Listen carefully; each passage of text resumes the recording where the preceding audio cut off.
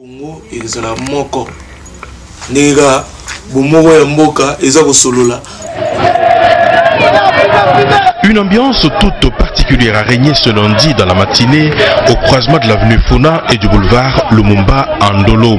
Les vendeurs de mousse en détail ont brûlé les pneus devant l'usine Complast. Ils sifflaient et chantaient des chansons dénonçant le non-respect du contrat qui le lie au propriétaire de cette usine qui commercialise les mousses. Ils expliquent.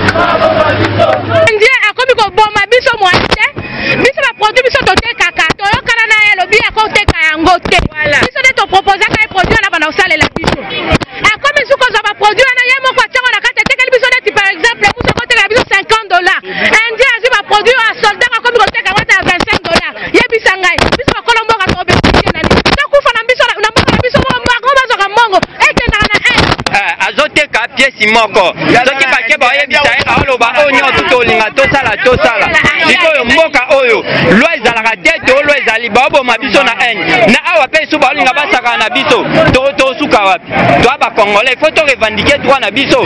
Ces commerçants sollicitent l'intervention de l'autorité compétente pour le règlement de ces différends.